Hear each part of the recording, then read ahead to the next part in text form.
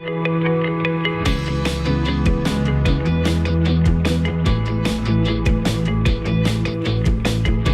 and welcome to Pastor's Perspective, sponsored by Biola University, ranked as the most comprehensively Christian university in North America. My name is Brian Perez, and if you've got a question about the Bible, the Christian faith, just about anything that's on your mind, we've made it so easy for you to call. 888-564-6173 is the phone number. Hold nothing back. Ask anything. 888-564-6173. You can also send us your questions online. We've got a few ways that you can do that. You can go to our flagship radio station's website, kwave.com, and look for the Pastor's Perspective page there under our program schedule. And then you can fill out the form. It asks for your name, your email address, stuff like that. And then you've got so many characters to send in your question. So that gets your question to us. We usually check those in the morning. Same with Facebook Messenger, the Pastor's Perspective page. You can send us a message that way or DM us on the Pastor's Perspective Instagram. But the best way to get an answer is to call us at 888-564-6173. Singing telegrams also work. Well, for some things, not for getting your question answered. At least we've never had that happen before. I'm not encouraging anyone to do that, but you could try. Smoke signals, things of that nature. 888-564-6173 is our telephone number. And answering your questions today, I think we have Bobby Conway. I cannot see Bobby, but can we hear Bobby? I know he clicked the magic link that I normally send him so that he can see the questions, but I don't know. He's not responding, so I don't think he can hear me. Okay, no Bobby. All right. Finished. Please hang. Oh, was that Bobby? Who was that? Was that Heather? Who was that? Hey, come back. No, I'm joking. 888-564-6173 is the number to call, so we'll try to figure out what is going on with the Bobby Cam, and then we'll get to your questions. But joining me here in the studio today is the dean of the... It's been a long time since I was a teen. Yes, the dean of the Talbot School of Theology at Biola University. It is Dr. Ed Stetzer. Ed, how are you? I haven't seen you in quite a while. I am so glad to be here. I have actually, I've been traveling some, but it's good to be back. I was texting our fearless leader, Brian Broderson, who I think is in the UK again. Yep. He's like such a world traveler. Yes, he is. Can you imagine the frequent flyer miles? Oh, he's got a lot of frequent flyer miles. Yes. He and I are going to buy his own airplane. Yeah, but he doesn't, just so we're clear, lest we start a rumor. That's right. But we're actually going to be back in England together in December. I teach a class at Oxford University. It's a partnership class with Talbot students I bring over from the U.S. and Wycliffe Hall, which is an Anglican college as part of Oxford University, and Brian's going to be teaching there with me. Nice. So we're very excited to have him be a part of that. He's got this vast experience, crazy experience, having served as a pastor both in the UK and in the US. Yes. So yes. And of course he's still doing their Creation Fest over there and all kinds of exciting things. So so it'll be good. How cool must it be to be in the UK in December during the Christmas season? I mean, I'm picturing Charles Dickens stuff and everything all over the place. It is cool. So we actually, so I have, I usually take 15 or 20 students from Talbot, and for them, the students at Oxford live there. So it's kind of like, to them, like the snow is a pain if they get snow, whatever. That's true. But to the students here, I teach a class on evangelism and discipleship. If you're an Anglican ordinand, so if you're going to be a priest in the Church of England, which is a lot more evangelical than like the Episcopal Church of the United States, think in terms of like the Anglican Church in North America or some of those evangelical groups. So you have to take a class in evangelism to graduate. Church of England requires it. And so I teach that required class, but I bring over these American students with me. They're not all Americans, but I bring over these others along, and so they love coming at Christmas time because we go to C.S. Lewis's house called the Kilns, which you can do tours of, and you can then also we go do a tour of Oxford, and then we do Friday night when we leave, we go see one of the musicals that these Oxford choirs put on for Christmas. And it's like amazing. Wow. Yeah. So we saw Handel's Messiah. one year. Sometimes you just do a Christmas sing-along, but you walk into these you walk through these doors, the people are walking through 1,000 years, and you sing, and it's pretty powerful stuff. I saw you pulling up on the monitor some of the Church of England news. Oh, yes. I saw this yesterday. Some disappointing news, particularly for evangelicals in the Church of England.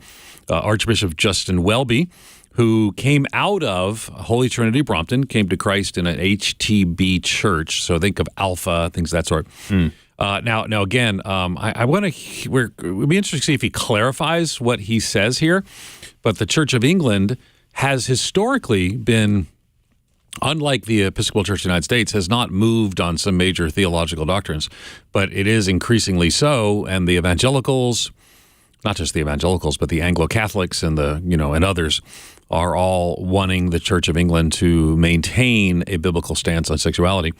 And the Archbishop of Canterbury has been saying some things that are particularly unhelpful in the last few days. So I was looking for a clarification or something, but yeah, if you read the articles, the story from 5 days ago. If you read the articles, some of them said, "Will there be a clarification on it?" But because he, when he became the Archbishop of Canterbury, there was a lot of enthusiasm from evangelicals. He came from the charismatic evangelical wing, but that enthusiasm has mostly waned as he's been unclear. The Global South, which would be, think of like Anglicans in Nigeria. There are far more Anglicans going to church in Nigeria than there are in England, which is rather ironic since it's Anglican. And they have increasingly distanced themselves from the Archbishop of Canterbury. Last week? No, I'm not talking to Archbishop of Canterbury.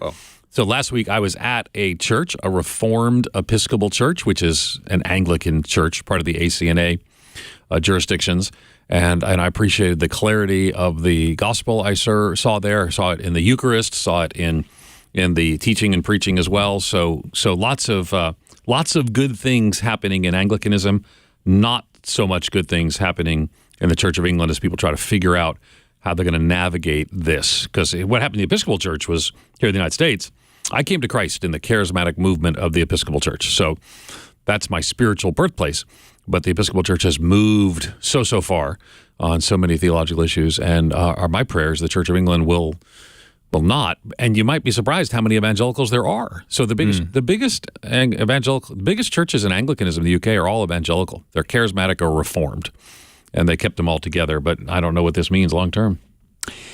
Interesting. 888-564-6173 is our telephone number. You can also send us your questions online. And I see Bobby has appeared on. He has. He can't see us yet, but maybe he can hear us. Can you hear us, Bobby? Yeah, I can hear you. How do I sound? You sound okay, I guess. You sound fabulous on it for a Yeti microphone. You sound okay for a Yeti microphone. So a little brand placement, but yeah. Yeah, and by the way, I've looked through the questions on Facebook, and all those are happy to jump in. They are really good. Here's one right now before we get to the phones at 888-564-6173. Joanna writes, "My pastor told his congregation that God gave him a word to open 10 churches. Since then, he has been pushing the church on their tithes every Sunday during service, taking up to 20 minutes. He recently made it a requirement for all volunteers to tithe, and if they don't, they cannot serve." Ed Stetzer, is this biblical? Biblical. I think I would say I would answer it maybe differently if I was asked. First of all, I would say there is not a biblical requirement to to give to a certain thing. So what I would say is, people debate the tithe. I prefer the idea of New Testament generous giving. What I would say is, I don't think requiring volunteers to tithe is a biblical or a non-biblical issue. I think that's I know churches that do that, and I know churches that would say, man, if you're going to be, and they actually don't call it like membership. They might say, if you're going to be a partner at this church, we expect you to volunteer and we expect you to give. So having expectations for volunteers that include giving. Now, I don't think the tithe is the same, should be considered, I think Bobby and I have talked about this before, I don't think of the tithe as to be considered the same thing as the Old Testament tithe or tithes.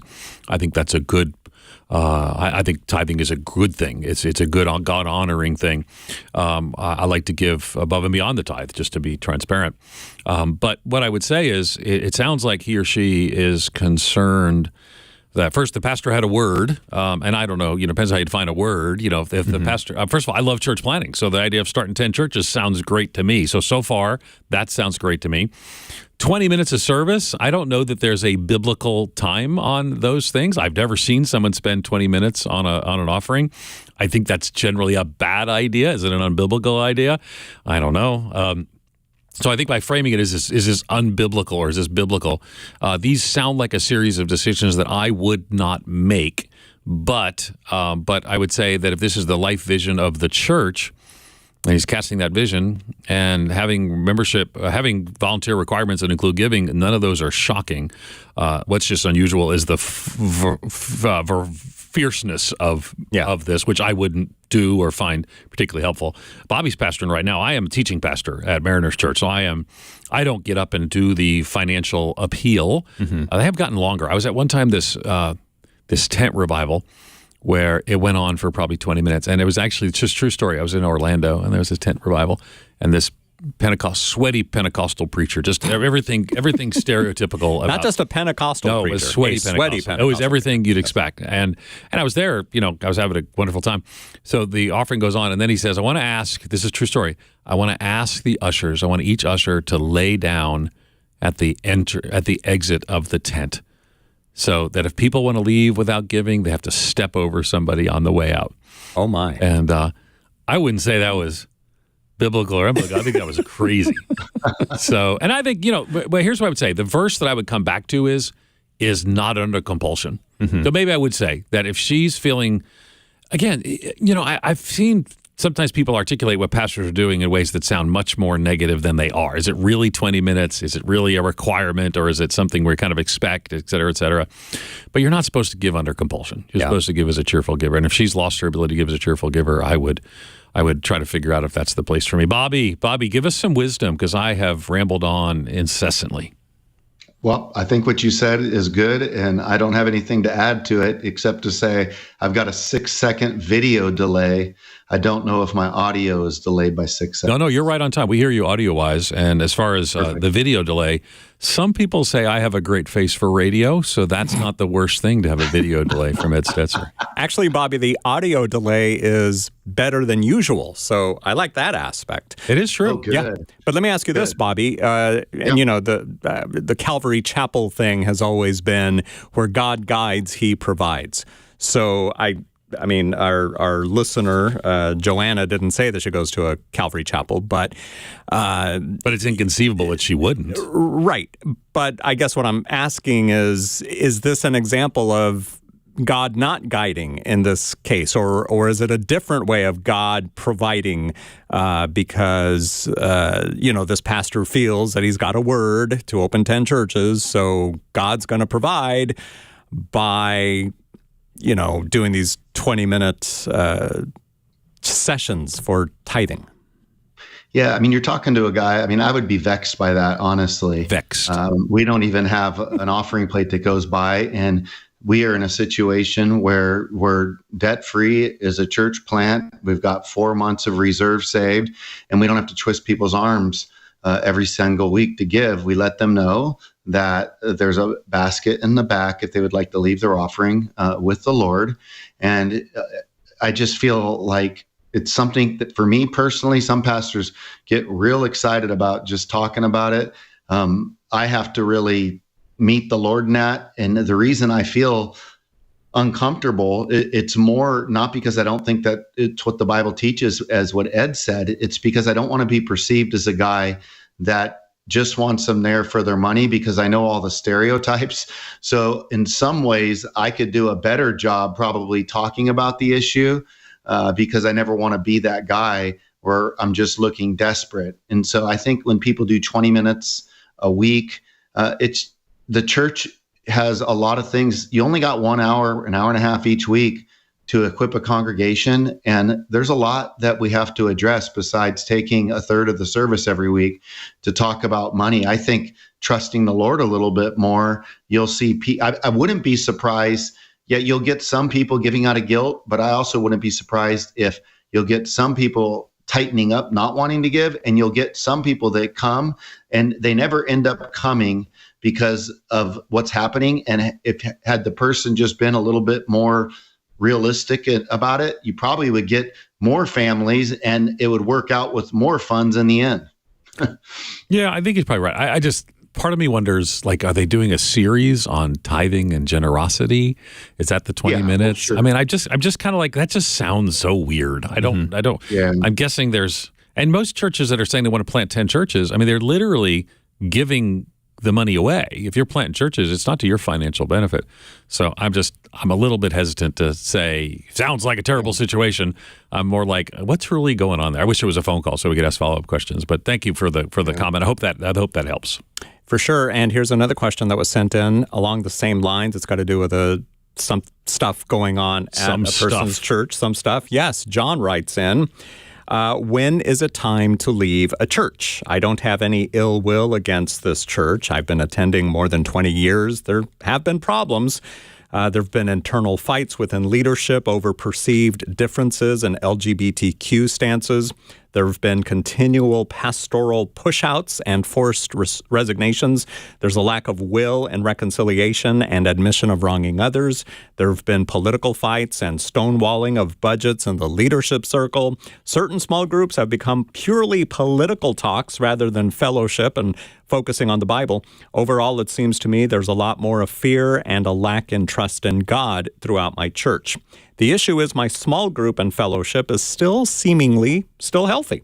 It's a good group of people. We care for each other. We still try our best to focus on God. But when is it the right time to leave? Is it healthy to ignore the rest of the chaos in the larger church if your fellowship is healthy? Bobby, what say you? Well, there's an example. I mean, sometimes you can have an unhealthy heart, but a healthy set of kidneys. And so it doesn't mean because one part is unhealthy that everything's unhealthy. But here's the deal. If you don't address the one area that's unhealthy, it will metastasize. I would say, as it relates to leaving a church, it should always be, in my opinion, a last resort. I think people should be thoughtful before they join and even thinking about what it is that they're looking for in a church.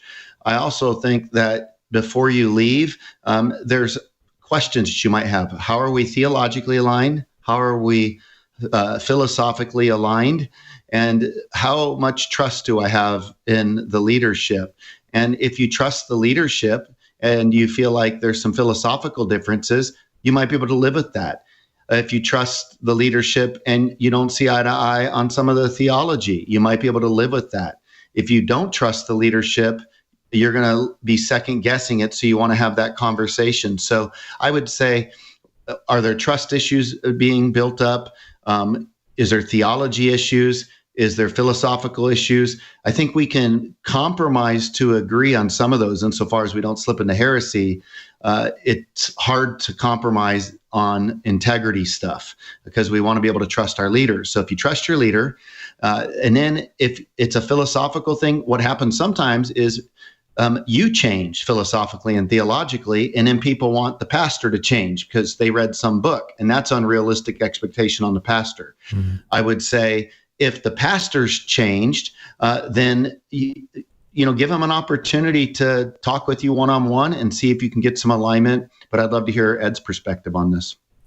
Yeah, I'm kind of the view that you should join a church slowly and be long-suffering at a church. Yeah. But in answer to the person's specific, what's his name? John. John's specific question.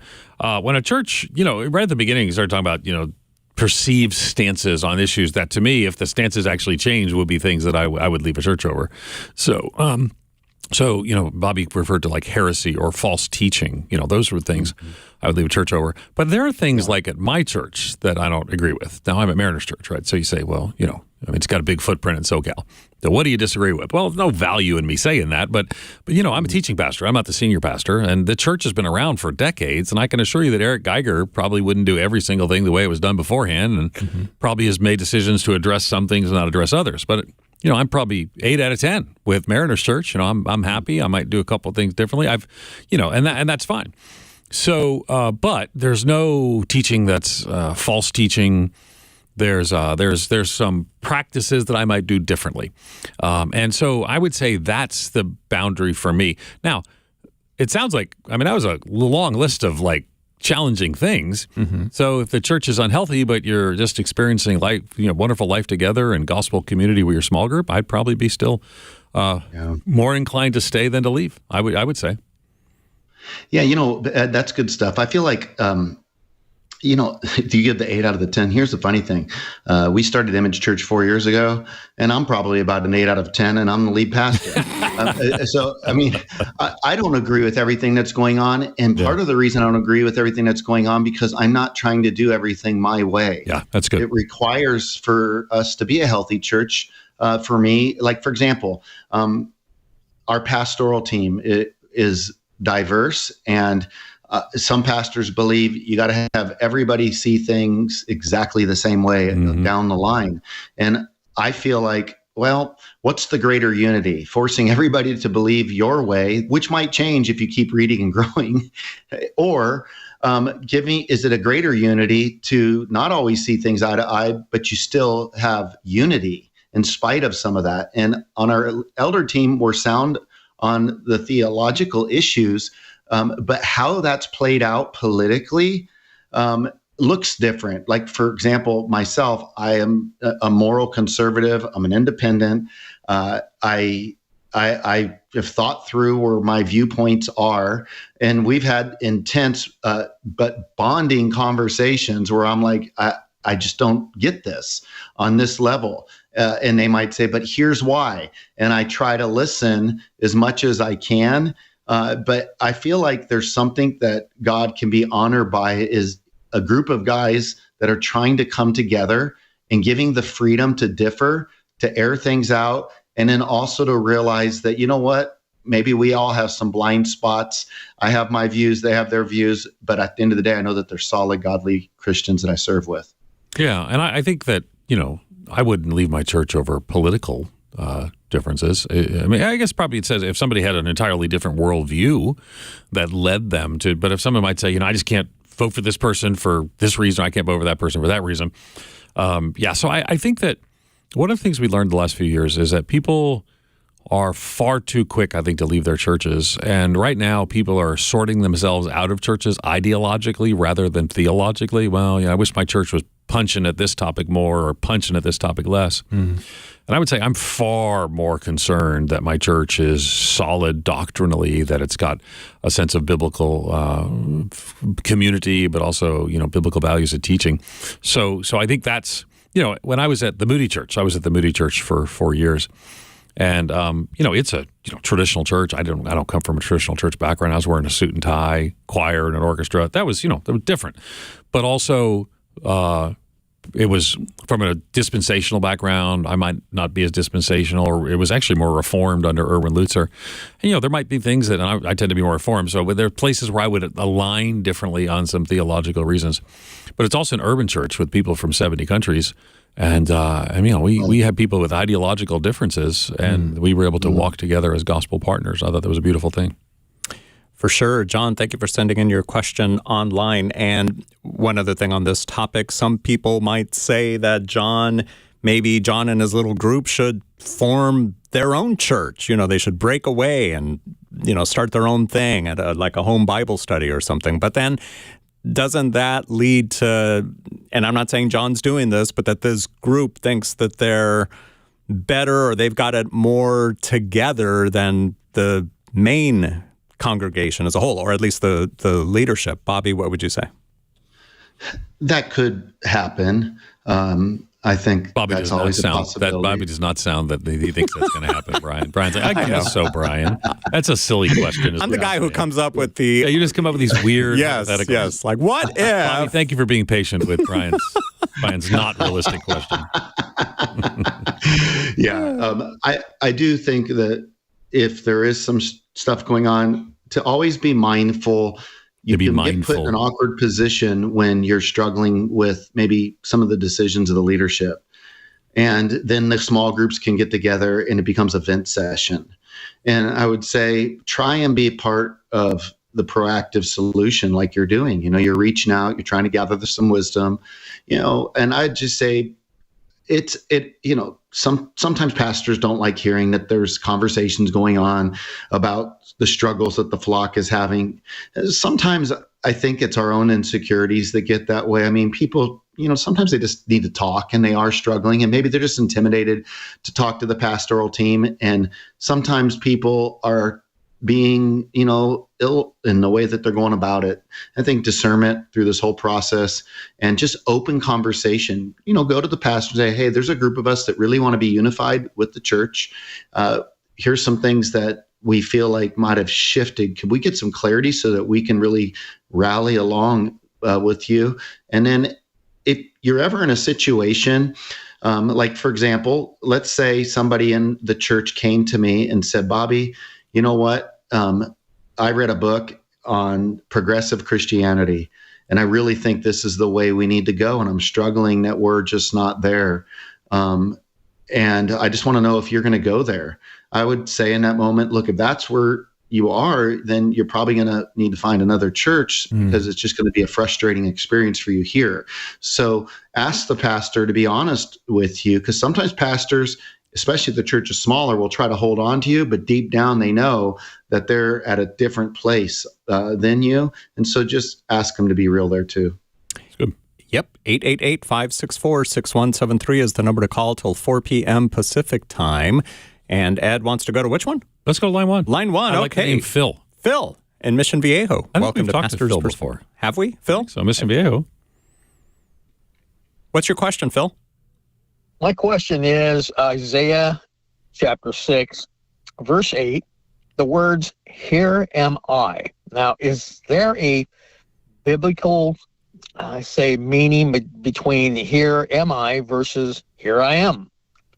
It's a good question, Phil. Let me follow up because I want to ask, because I actually write on this passage in scholarly places. So are you thinking that there's a greater emphasis in one than the other, or maybe give me your thinking and then I'll kind of share what I think. Well, here am I.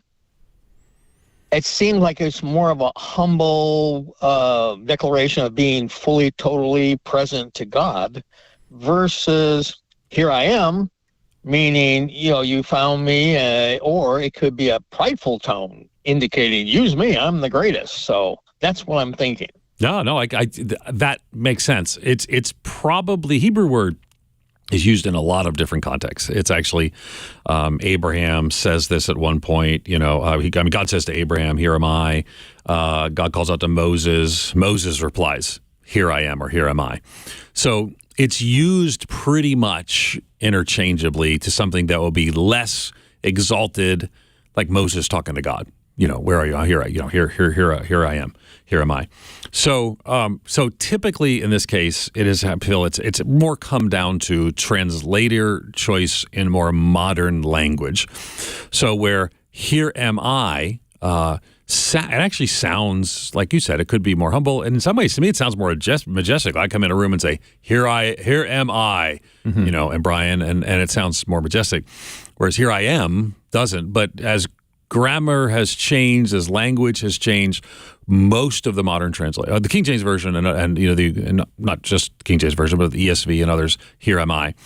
But typically, there's not been a lot of theological debate or translation debate. Does that mean something more regal or more humble? It's because it's such a common phrase. So I would say no, though I prefer. So when I preached this 2 Sundays ago at where was I at Vineyard Church in Living Hope Vineyard Church. It was a Chinese language and English language church.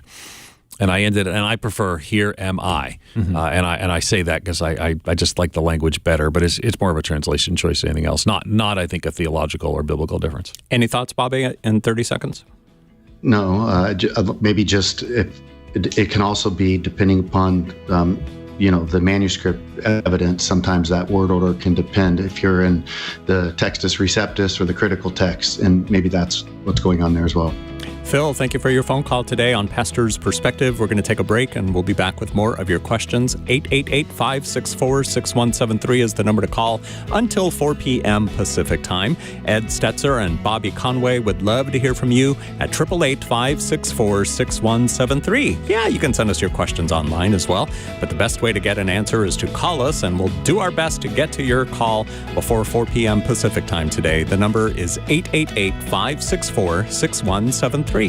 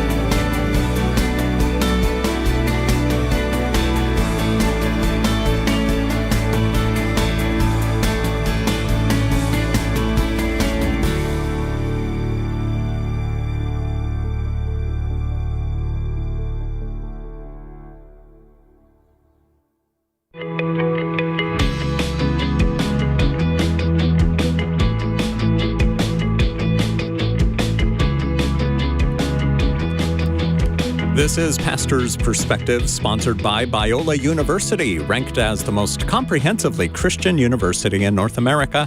I'm Brian Perez, here at until 4 p.m. Pacific time on this Wednesday, the 30th of October. Grab an open line, give us a call, 888-564-6173. We've got Dr. Bobby Conway, the pastor of Image Church in Charlotte, North Carolina, joining us online. And here in the studio with me is Dr. Ed Stetzer, the Dean of the Talbot School of Theology at Biola University. You can find out more about them at biola.edu. I knew. Do you do that when I'm not here? Do you say edu when I'm not here, or is it just to pester me? I do it more to pester you. There. And I thought of something the other day. Tell me. Biola is Ed's university. That's what the EDU stands for. Wow, you need to get out more. You need to make some friends. Everybody keeps telling me that. Oh my gosh, that's so funny. No, Biola, I can assure you, Ed leads one of 7 schools at Biola University. I use Talbot, but we have a film school. Mm-hmm. And they don't want my face anywhere near film. That's why I'm on the radio with you, because I don't go that. But the film school, by the way, is Variety Magazine top 20 film school in the country. Right here. Right here in Los Angeles. Very nice. It's kind of fun. Los Angeles County. Do we say, like, if Biola's in Los Angeles County, and I say it's in Los Angeles, do people in Los Angeles kind of roll their eyes and say it's not really Los Angeles? That's a good question. If you're in Los Angeles, give us a call. Yeah, I don't know. I guess it's like the Los Angeles Dodgers. Everybody just sees them as, and it's in Los Angeles County. Yes. So it's literally in Los Angeles County, but it's kind of close to Orange County. So people, very close to it. Yeah, right close to the border. Yep. So, and we're in Orange County here, right? Mm-hmm. Okay. See, I know these things. All right. 888-564-6173. And we're going to begin with Roy in Los Angeles. Welcome to Pastor's Perspective, Roy. Hi, thank you. Love the show. Sorry, Roy, before you get to your question, is Biola University in Los Angeles or not?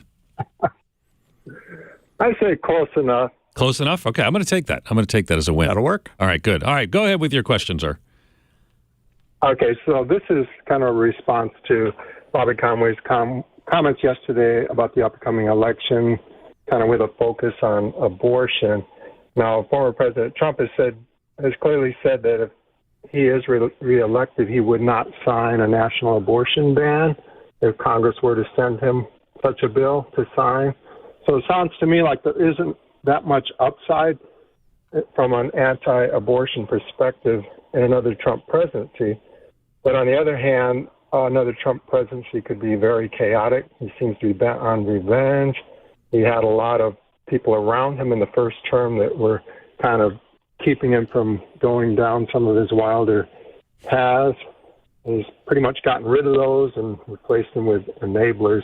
So in my opinion, Trump 2 presidency could be much worse than Trump 1, especially with an accommodating Supreme Court. And then from a Christian perspective, to me, he seems to be a very poor leader. He's given a whole campaign speech for Kamala Harris.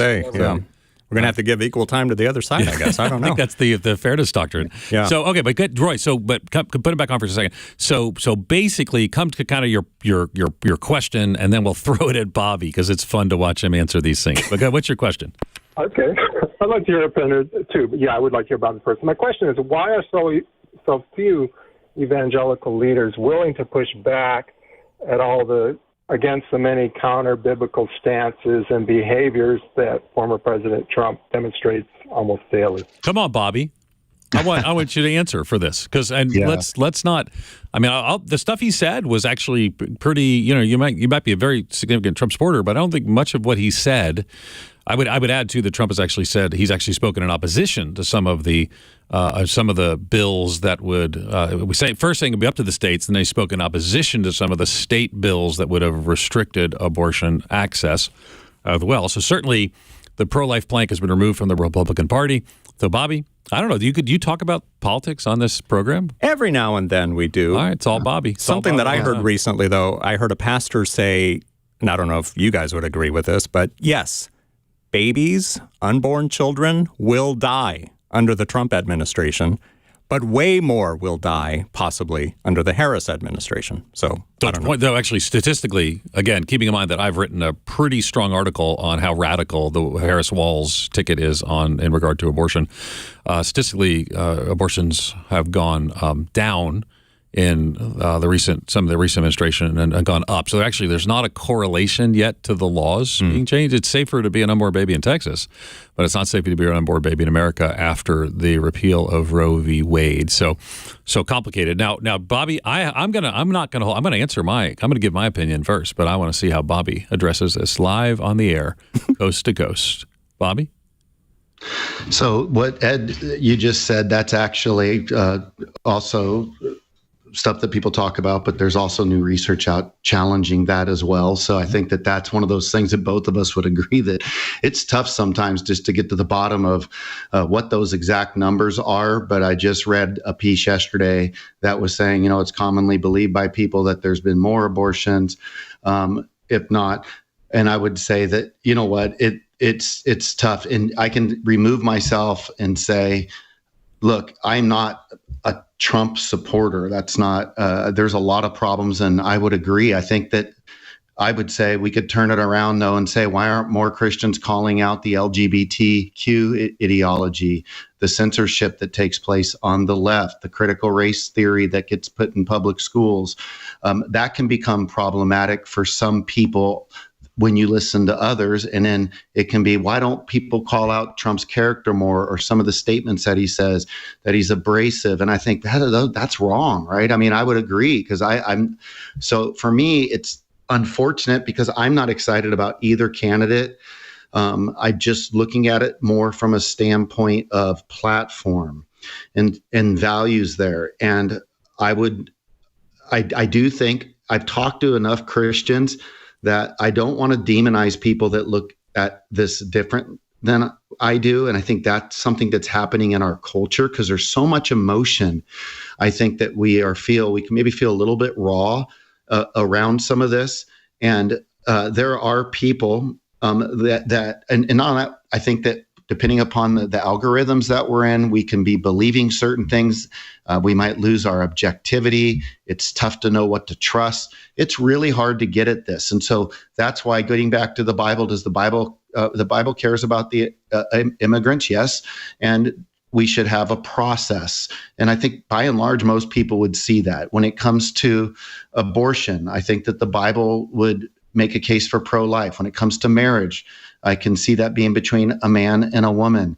My concerns are, as you have an emerging group of activists in the younger generation. We've seen this on the college campuses. And I just am concerned more about freedoms in the future. But now people will hear that and they'll say, but we're worried about Trump taking away by turning this thing into a dictatorship.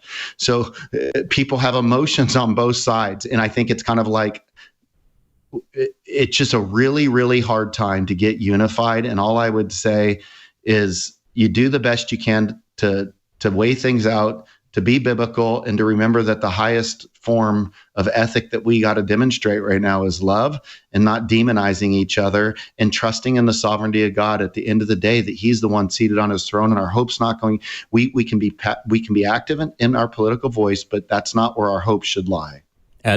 That was kind of a weak answer from Bobby, don't you think? What did you expect him to say? Okay, no, I'm not a weak answer, brother. Love you. So I would say that, specifically to Roy's question. Roy's question was, why haven't evangelical leaders called out these things? And Roy, you don't, of course, know me from Adam. But if you Google my name and any of the presidential candidates, you would find my articles in USA Today, CNN, Christian publications, and more. I have. And I will tell you, it has been costly at times to speak about, I think Trump has significant character issues. And I've written about them. I think that Harris has significant characters, but also I would say too, she did her closing. They called it her closing speech. She spoke at the Capitol and said she wants to. I'm trying to see the Drudge Report had the headline. I saw it last night to see if it's still up there. It was something to the effect of I pledge to find common ground. Is still on the front page, middle of Drudge, and I would say. I've not heard that on some issues that are very important to me. For example, she just last week specifically said that she was asked about what about people have conscience objections to abortion, which is typically meant to be Catholic hospitals don't want to do abortion. She said, I don't think we can put those kind of objections between people and their rights. I think she should clarify what she meant, but it was pretty clear to read that's further than where Biden was, who Biden himself shifted drastically. From supporting certain restrictions to not. And on issues of sexuality and gender, Harris is a big supporter of the Equality Act, which is the greatest threat to religious liberty in America in our lifetime. The Equality Act, as implemented, would have significant ramifications for schools like Bible University. For the greatest threat to religious liberty in our lifetime in America. So again, yet. You can Google my name and Donald Trump, and you'll see lots of thoughts that I've said his comments about immigrants and refugees, those things that came out of the Madison Square Garden. No, it was just a comedian. What kind of world do we want to live in when those are the kind of things are said about Latinos and about Puerto Rico and more? So I think everyone sort of feels the need to defend their person. Here's where I am. And this is where I'm kind of where Bobby is. I think both of these candidates are they're just not places where you can defend most of what they've said or done. So people then have to make a choice. Now, there are going to be people listening who are all in on the candidate, and you're going to be offended by what I say, and I get that. This is my view, my opinion, is that you're going to say, so what's my best voting choice? Now, I live in California, so everyone, we already know that this is going to go for Kamala Harris. So what's my best voting choice? And sometimes people talk about the lesser of two evils. Spurgeon said, when forced to choose between the lesser of two evils, choose neither. So some people are going to say, I'm going to vote third party. And then people might say, well, that's a vote for whatever because it's so close. So here's what I would say. In the Westminster Catechism, it says to not bind the conscience of another. So I can't and don't say who I'm voting for. Again, but this is what it frustrates people because I try to call balls and strikes. So when I wrote an article after Walz was chosen as the vice presidential candidate by Vice President Kamala Harris, and I pointed out just the facts. This ticket is the most radically pro-choice or pro-abortion ticket in the history of America, and puts, if they were to get where they want to go, it would put the United States back in the place with 7 countries who have such extreme abortion laws, including China and North Korea as wow. 7 of them. And that's, by the way, fact-checked in the Washington Post. So that's not like Ed Stetzer making up stuff. Mm-hmm. That's fact-checked in the Washington Post. I cited that in my article about how radical it was. And simultaneously, I think that there are serious, I would have serious concerns, as the caller indicated, about what it would mean for President Trump. But here's the thing. For most people, they'll have a binary choice. And I would ask you to pray about it, vote in a way that reflects your conscience. And I voted already, so I feel good that I voted according to my values, and I voted according to biblical principles, and recognizing that this is not great election situation. So. Mm-hmm. So again, yeah. All kinds of people don't agree with that, and you can call up and talk to Bobby at 888-564-6173. That's 888-564-6173. Yeah. Well, Ed, again, I appreciate that you're pointing out some things on both sides, because I think if we just think either candidate it hung the moon, that's problematic. I think we're in a situation where the next 4 years is going to be hard either way. Agreed. Because so many people don't like Kamala and so many people don't like Trump. My burden as a voter is to vote. The Equality Act is very concerning to me.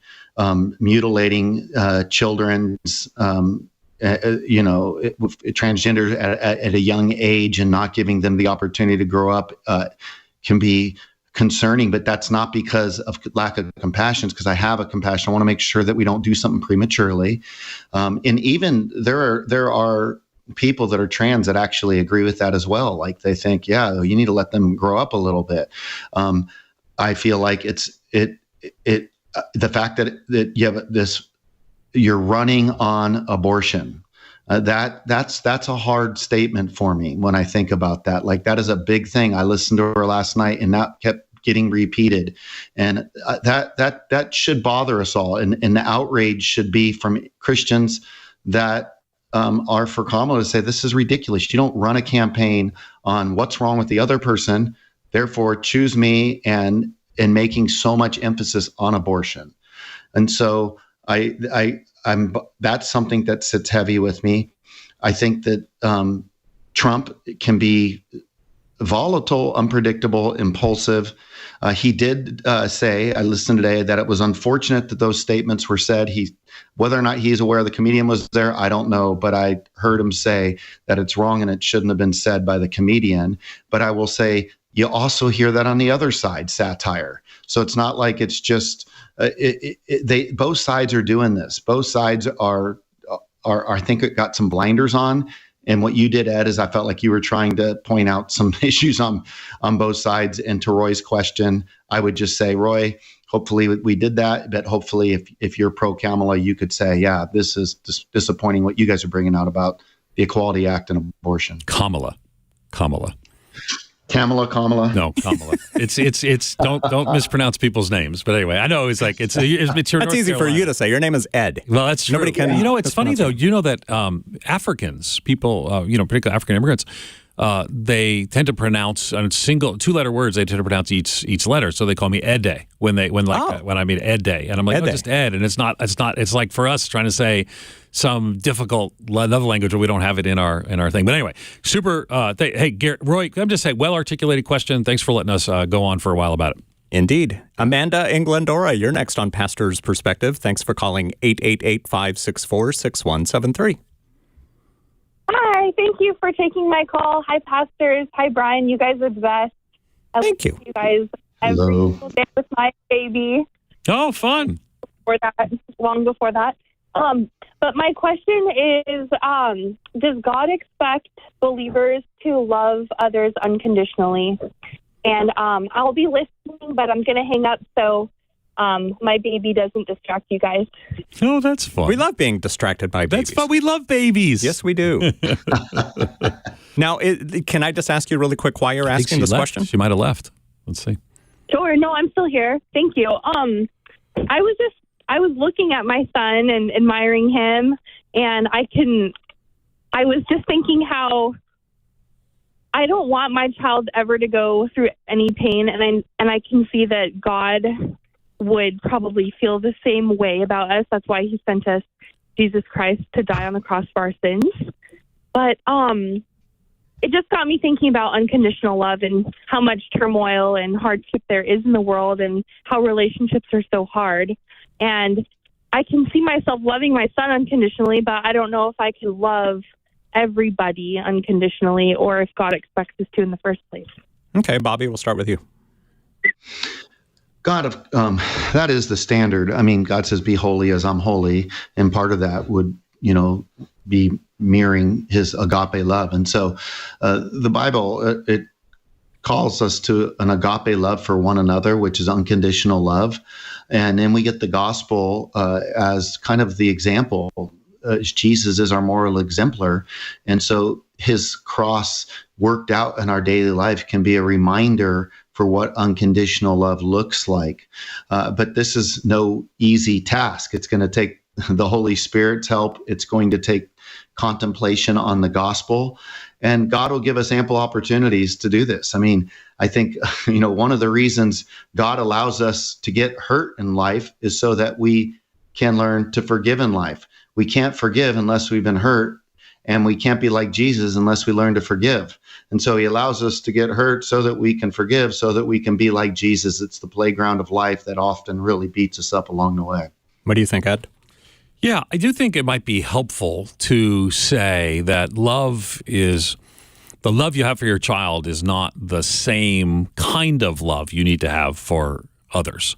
Yeah. There's even Greek words that, probably you hear in church at some point, people talk about agape, which is like this kind of universal brotherly love. And I think that loving our neighbors, loving our enemies, I think those are pretty normative things, but it's tricky. And I would say, like Bobby so getting at right, is that, man, I don't love everybody. I don't. There are times when I ask the Lord to help me with that. So, but I do think that standard is a perfect standard to which I fall short. But I think kind of categorizing loves a little differently, rightly ordering our loves.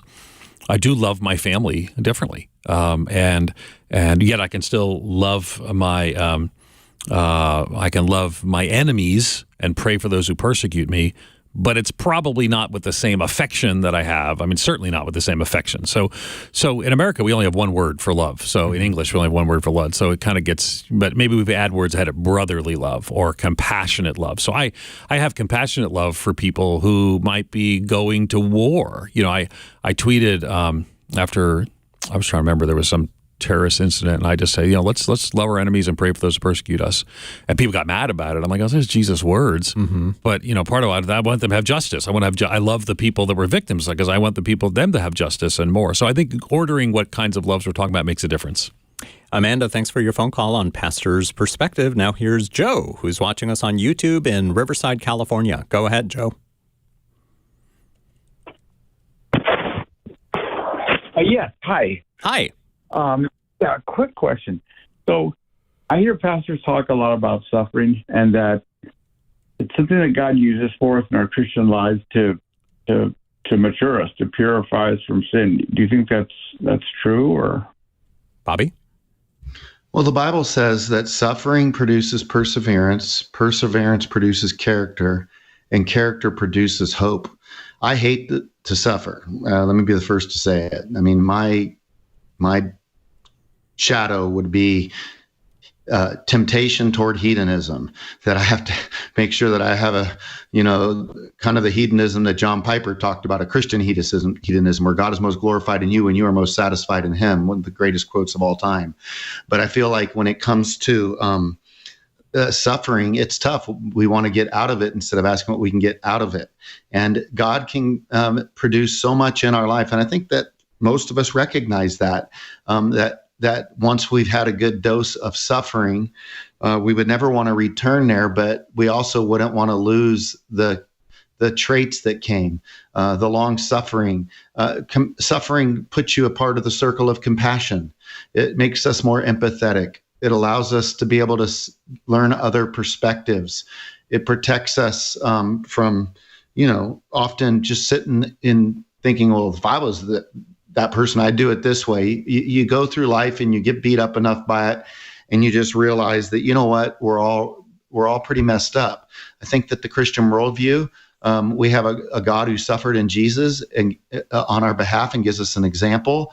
I think we have a God that we can lean into. I think that we have a God that understands our suffering, and we have plenty of material in the Bible to show us how these people suffered and were faithful. And sometimes the suffering is so hard because it goes against the American dream and the American idea of things. And we're just prone to not really see the value of suffering. I do think there's a lot in it, but hey, it's not so valuable that God wants to keep it in our eternal experience in heaven. So I'm thankful for that.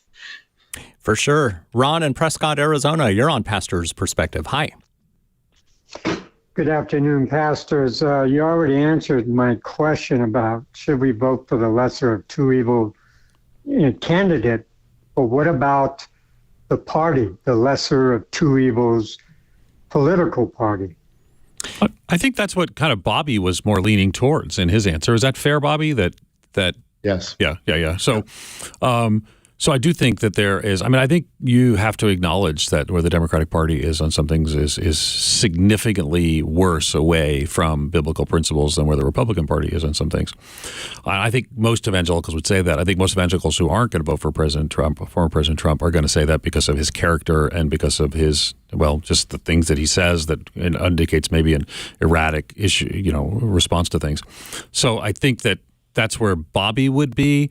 Part of the difference is Bobby's in a state that actually his vote actually counts. I'm in a state where my vote doesn't count. The joys of the Electoral College. So, for me, as I prayed through, I wanted to vote with a vote that aligned with my values, and so I voted for. I don't share who I voted for, but I voted for things that I thought would best advance. Abortion is a primary consideration for me. It's not the only consideration, but I voted for what I think would advance the cause of life among the unborn. And imagine who that was for. So I voted for. Well, you don't know. I voted for somebody who spoke sanely of immigrants and refugees and not demonizing others. I voted for someone who I think would would help us to navigate some of the racial tension in our country. I voted for someone who I thought would protect religious freedom, and I voted for the person that I thought would best do those 4 things that rose to the surface for me, and that's where I voted. And Kind of sounds like Ed voted for a third-party candidate or something. I'm not sharing who I voted for. Okay, it's a long tradition that pastors don't share who they vote for. I think that's a good thing. But I do think I teach biblical principles. We should call balls and strikes. That we're really in a situation that's not an easy place, and we should love each other even when we disagree. That is all the time we have on today's program. Thank you so much for listening. Thank you for watching. We're going to archive today's episode on all the usual places a little bit later so you can watch or listen again. And we'll be back tomorrow between 3 and 4 p.m. Pacific time, and would love to hear from you. God bless you. Thanks for listening. Thanks for watching. For Bobby Conway and Ed Stetzer, the Dean of the Talbot School of Theology at Biola University, this is Pastor's Perspective, sponsored by Biola University, ranked as the most comprehensively Christian university in North America.